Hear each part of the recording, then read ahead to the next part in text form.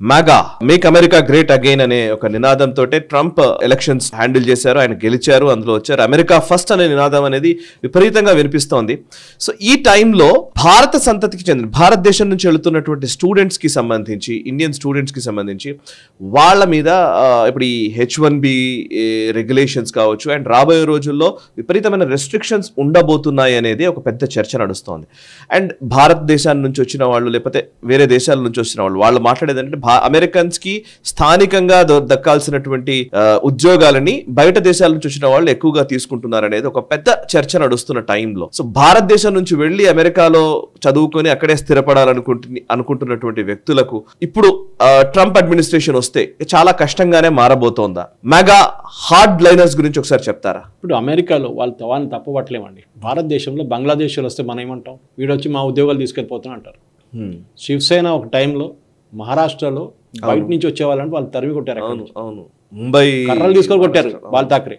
మాకు మహారాష్ట్రన్స్ కి son of the soil policy, మాకు ఉద్యోగం మాకు ఉండాలని చెప్పారు. ఆలోచించండి, ఒక స్టేట్లోనే జరిగింది. రేపు America is thinking the same way. Americans ఏమంటాం, మాకు ఉద్యోగం లేదు, బయట నుంచి వచ్చిన వాళ్ళు మా ఉద్యోగం తీసుకెళ్ళిపోతున్నారు. దీంట్లో మెయిన్ గా సాయి గారు మీరు చెప్పినట్లనే ఇది ఇండియన్స్ కి ఒకటే కాదు, అందరికి ఉంటుంది. కానీ major part is going to Indian. Already Trump administration అదే 18,000 మంది ఆల్రెడీ ఇల్లీగల్ ఇమిగ్రెంట్స్ ఉన్నారు ఇండియన్స్ అని. 18,300 వాళ్ళని జనవరి 20th కాగానే రిటర్న్ పంపిస్తా అంటాం. వాళ్ళు చాలా మంది కెనడాకి పారిపోయారు దాని నుంచి. ఎందుకంటే కెనడాలో దే ఆర్ వెరీ లిబరల్, ఎవడైనా రావచ్చు అని చెప్పేసి. But Trump is very clear.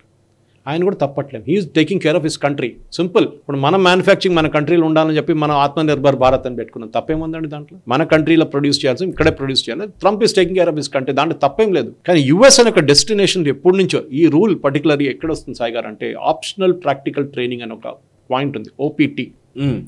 ఇది ఫారిన్ స్టూడెంట్స్కి, గ్రాడ్యుయేట్స్కి, మెయిన్లీ ఫ్రమ్ ఇండియా, వీళ్ళేం చేస్తారంటే యుఎస్లో ఉండి చదువు అయిన తర్వాత ప్రాక్టికల్ ఎక్స్పీరియన్స్ కోసం ఉద్యోగం చూసుకుంటారు.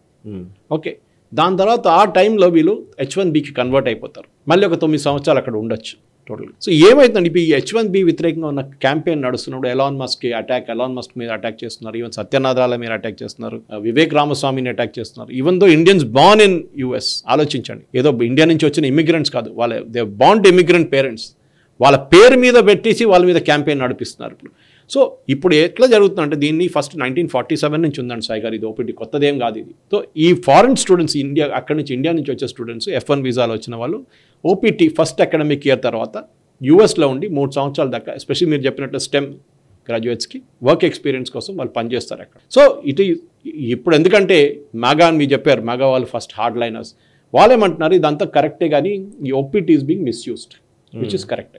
వాళ్ళకి నేను ఒక ఎగ్జాంపుల్ తీసుకుంటే, వాళ్ళకి మినిమం ఆలోచించండి, ఒక $15 per hour ఉంటే వాళ్ళకి పే చేసేది $5, $4. ఎందుకంటే దీస్ ఆర్ స్టూడెంట్స్, వాళ్ళు డెస్పరేట్. వాళ్ళు ఇట్లానే ఒక OPT వచ్చేస్తే నాకు ఇక్కడ నుంచి H1B ఎట్లా తెప్పించుకుంటాను, H1B తర్వాత నెక్స్ట్ గ్రీన్ కార్డు, అది పెద్ద ఇష్యూ అది ఇంకోటి. సో ఈ క్యాంపెయిన్, ట్రంప్ అడ్మినిస్ట్రేషన్ వ్యతిరేకంగా వచ్చే క్యాంపెయిన్ మనం చూసాం, చాలా గ్రాడ్యువల్గా మొదలైంది. కానీ ఇప్పుడు it is reaching feverish proportion with in Republican party it self. వాళ్ళ పెద్ద గొడవ నడుస్తుంది ఇప్పుడు. ఈవెన్ నేను చెప్పినట్ల ఎలాన్ మస్క్ని అటాక్ చేస్తున్నారు. ఎందుకంటే ఆయన కూడా అదే చెప్పారు, నా కంపెనీ నడిపించడానికి కూడా నేను H1B వీసా ఉన్న గ్రాడ్యుయేట్స్ స్టూడెంట్స్ని తీసుకుంటున్నాను, ఎంప్లాయీస్ని తీసుకుంటున్నాను. ట్రంప్ కూడా అదే అన్నారు, ఐ లైక్ టు H1B అన్నారు. కానీ క్యాంపెయిన్ టైంలో ఆయన ఆపోజిట్ ప్రామిస్ చేశారు. H1Bని మొత్తం టైట్ చేస్తానని ఆ టైంలో కమిట్మెంట్ ఇచ్చారు ట్రంప్ గారు. నేను ఇది మనం అనుకుంటాం, మన నేషనల్ రౌండప్లో ఈ టాపిక్ ఎందుకు వచ్చింది అనుకుంటారు చాలామంది ప్రేక్షకులు. ఎందుకంటే మనం మ్యాక్సిమం ఇండియా నుంచి వెళ్ళే, యూఎస్కి వెళ్ళే దాంట్లో తెలుగు స్పీకింగ్ స్టేట్స్ నుంచి వెళ్తారు చాలామంది, మనందరికి తెలుసు సాయి గారు ఇది. సో డెఫినెట్గా ఈ ట్రాన్సిషన్ పీరియడ్లో ఇప్పుడు నెక్స్ట్ 20th లోపల ఏం జరగబోతుందో ఎవరికి ఏం చెప్పలేము. కరెక్ట్. ఓకే, మేబీ దీని తర్వాత కొంచెం చల్లబడిపోతుంది అనుకుంటాం, కానీ దిస్ వోంట్ గో అవే. డెఫినెట్గా OPT మీద ఒక రూల్ రాబోతుంది. అది ట్రంప్ తీసుకొస్తారని నా అంచనా. ఎందుకంటే H1B మీద ముట్టరు ఆయన, but he will cut down the OPT. అదంటే డేంజర్ ఎక్కడ వస్తుందంటే సాయి గారు, they student will have to leave immediately after the course is completed. వీళ్ళ లాజిక్ ఏముండే, OPT 1947లో మొదలైంది OPT ప్రోగ్రామ్. అక్కడ ఉండి మేము చేసిన కోర్స్కి మేము ఎక్స్పీరియన్స్ తెప్పించుకుంటున్నాం బయట ఉద్యోగం చేశా అని చెప్పేసి. ఇప్పుడు అది లేదు. ఇదేదో పెట్రోల్ బంక్లో పనిచేయడమో లేకుంటే సూపర్ మార్కెట్లో క్యాషియర్గా పనిచేయడం కాదు. కానీ ఇప్పుడు ఏమైపోతుందంటే, దిస్ మ్యాక్సిమం 98 to 99% ఈ ఉన్నవారందరూ F1 స్టేటస్లో ఉంటారు. వాళ్ళు న్యాచురలీ US పాలసీ మేకర్స్ చాలా సంవత్సరాల నుంచి చెప్తున్నారు, ఈ OPT తీసేయాలి. ఎక్స్పర్ట్స్, అక్కడ ఉన్న ఎక్స్పర్ట్స్ చెప్తున్నారు ఎందుకంటే this program is running without a congressional approval. అంటే వాళ్ళ దగ్గర మన దగ్గర పార్లమెంట్ అప్రూవల్ లేకుండా ఎట్లా నడిపిస్తాం, వాళ్ళ దగ్గర without congressional approval they are running this program which is illegal as per them, వాళ్ళ అంచనా ప్రకారం. సో న్యాచురలీ ఇది ఎక్కడి నుంచి మొదలైంది చెప్పాను, 47 నుంచి మొదలైంది. First OPT program 1 year stint ఉండే, దాన్ని పెంచారు. రిపబ్లికన్ కానీ డెమోక్రాట్ కానీ. బుష్ అడ్మినిస్ట్రేషన్ వచ్చినప్పుడు 12 నుంచి 29 నెలలకు చేసేసారు. మళ్ళీ ఒబామా వచ్చినప్పుడు దాన్ని 36 చేశారు, స్పెషలీ ఫర్ స్టెమ్ డిగ్రీ ఉన్న వాళ్ళకి. సో ఇది నడుస్తూనే ఉంది because US also has to be economically correct. Sir ఎన్నోసార్లు చెప్తాను, డిబేట్లు చెప్తూ ఉంటాను. I think at the risk of repeating myself again, ఒక 250 రూపాయలు లేకుంటే 300 రూపాయలు ఉన్న ట్యాప్, ఇండియన్ కాంటెక్స్ట్లో చెప్తున్నాను నేను, వీ కెన్ కన్వర్ట్ టు $, 250-300 రూపాయలు ఉన్న ట్యాప్ ఫిట్ చేయడానికి వచ్చిన ప్లంబర్ 500 రూపాయలు అడిగితే దాని లాజిక్ పోయింది మొత్తం. Your economic logic is gone out of the window. ట్యాప్కి 300 రూపాయలు ఫిట్ చేయడానికి 500 ఏంట్రా అని అడుగుతాం. యూఎస్లో జరిగింది అదే. చైనీస్ మ్యానుఫ్యాక్చరింగ్ ఎందుకు వచ్చింది, మెక్సికో నుంచి మ్యానుఫ్యాక్చరింగ్ ఎందుకు వచ్చింది, కెనడా ఎందుకు డంప్ చేస్తుందంటే cost of production in US is very high, వాళ్ళ మినిమం వేజ్ చాలా హై. యూరోప్ కూడా అదే ప్రాబ్లం. ఇవాళ చైనీస్ ఎలక్ట్రిక్ కార్ మొత్తం యూరోపియన్ యూనియన్ తినేసింది. ఎందుకంటే మీరు ఎంత డ్యూటీ పెట్టినా కానీ అప్పుడు కూడా చీప్ అది. మీరు అదే కార్ అక్కడ ప్రొడ్యూస్ చేయాలంటే వాడంటారు మినిమం ఓన్లీ 8 hours పని చేస్తాం, ఒక పర్ అవర్ ఇన్ని పౌండ్స్ మాకు ఇవ్వాలి, లేకుంటే ఇన్ని $డాలర్స్ మాకు ఇవ్వాలంటాడు. కాదు, అది ఇట్స్ నాట్ లాజికలీ పాసిబుల్. దానికోసం India became a big hub for IT, Bangladesh became a textile hub, because US cost of living went up very high.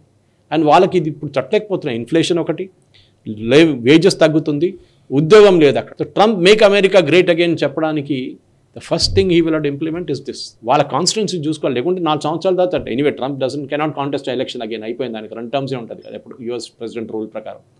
కానీ నెక్స్ట్ వచ్చే రిపబ్లికన్ ప్రెసిడెంట్కి పెద్ద ఛాలెంజ్ కాబోతుంది. Correct. That if the doesn't implement this, ఎందుకంటే already ఆయన కొంచెం స్ట్రిక్ట్గా మాట్లాడుతున్నాడు. నేను ఎలాన్ మస్క్ అని ఉన్నాను, H1B ఈజ్ పర్ఫెక్ట్లీ ఓకే అన్నాను. కానీ ఓపీటీ మీద చేయబెడతారు అనుకుంటాను డెఫినెట్గా. దాని పీరియడ్ ఐదర్ 36 నెలల నుంచి he will reduce it back to 20. మన ఇక్కడ ఉన్న వాళ్ళు ఏం ఆలోచించాలి స్టూడెంట్స్? ఇప్పుడు ఎవరైనా సరే అక్కడ కెరీర్ ఎక్స్పెక్ట్ చేస్తున్న వాళ్ళు లేదా కావాలని కోరుకుంటున్న వాళ్ళు, వాళ్ళకి మీరు ఇచ్చే సలహా ఏంటి? మీరు మీ ఆప్షన్స్ ఓపెన్ పెట్టుకోండి. I'm not saying that the rule will come in to being. చాలా మంది ఇప్పుడు ఈ వెకేషన్కి వచ్చిన నాకు తెలిసిన మా ఫ్రెండ్స్ వాళ్ళ డాటర్స్ అండ్ సన్స్ వాళ్ళు they are all heading back to US before 17th of January. Sai గారు ఫిబ్రవరి టికెట్ బుక్ చేసుకున్న వాళ్ళు అందరు ప్రీపోన్ చేసుకున్నారు. వాళ్ళ కాలేజెస్ నుంచి పిలిపొచ్చిందంట, మీరు వచ్చేసేయండి, దాని తర్వాత ఏం జరుగుతుందో మేము చెప్పలేము. After 20th Trump May just close the borders, మీరు ఏం చేయలేరు, ఎయిర్పోర్ట్ల నుంచి మేము రిటర్న్ పంపించచ్చు, మీరు వచ్చేసి అని చెప్పి దానికి టికెట్ రేట్లు కూడా పెరిగినాయి యూఎస్కి. See end of the day it's their country Sai. You cannot dictate what you will do in that country. Correct. రేపు మోదీ దగ్గర వచ్చి ఒక బంగ్లాదేశ్ గవర్నమెంట్ చెప్తుంది మా బంగ్లాదేశ్ వాళ్ళు మీ ఉద్యోగం ఇవ్వాలంటే వాడు ఎందుకు అంటాడు, మేము ఎందుకు ఇవ్వాలయా, మా వాళ్ళు ఉన్నారు 140 కోట్ల మంది ఉన్నాం, మేము ఎక్కడ చూసుకోవాలి మా ఉద్యోగం. So it is their country. Immigrants have added value, no doubt about it. అందరు సత్యనారాయణ గురించి మాట్లాడతారు, మిగతాల గురించి మాట్లాడతారు. Indians have added value. ఇప్పుడు కాదు, డాక్టర్స్ కానివ్వండి, ఇంజనీర్స్ కానివ్వండి, స్పేస్ సైంటిస్ట్ కానివ్వండి, మైక్రోబయాలజిస్ట్ కానీ అందరూ ఉన్నారు యూఎస్లో. Indians have contributed heavily, not just US, ఎక్కడైనా వరల్డ్ ఎక్కడైనా వెళ్ళండి మీరు.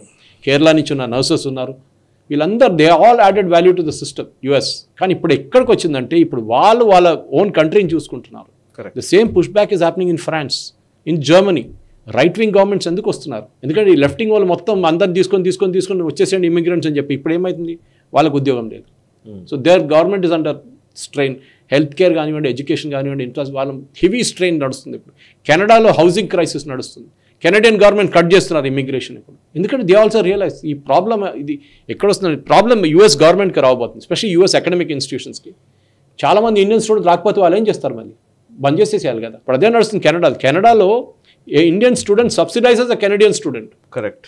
డబుల్ టు ట్రిపుల్ ఫీజు తీసుకుంటారు ఇండియన్ స్టూడెంట్ దగ్గర నుంచి, ఎందుకంటే కెనడియన్ స్టూడెంట్కి ఫ్రీ ఎడ్యుకేషన్ ఇవ్వడానికి. ఇండియన్ కెనడా స్టూడెంట్స్ వెళ్ళడం అనుకోండి బంద్ చేసేసేయాల్సి వచ్చింది యూనివర్సిటీ. సో మనం ఇక్కడ చూస్తాం హైదరాబాద్లో పెద్ద పెద్ద బోర్డులు పెడతాం, ఎమిగ్రేట్ టు కెనడా. ఒఫీషియల్లీ ఆలోచించండి, you are encouraging official immigration to Canada.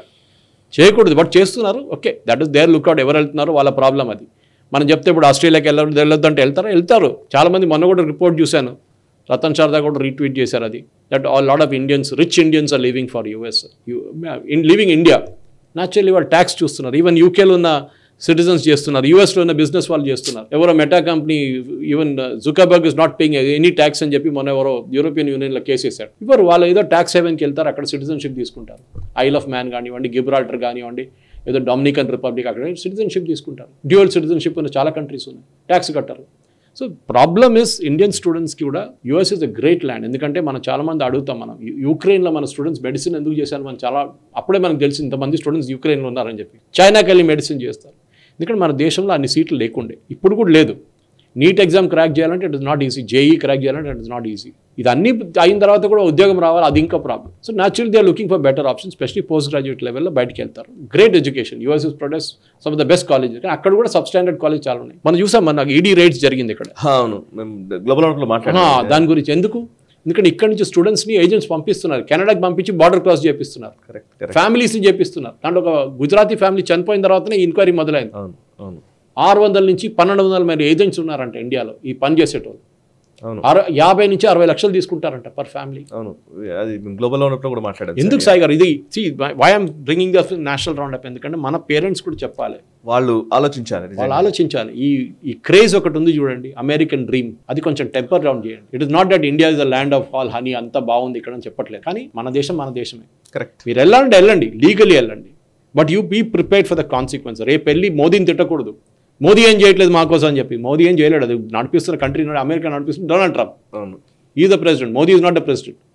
So the limit to which Modi can interfere in that, వాళ్ళ ఇంటర్నల్ అఫేర్స్ అవి.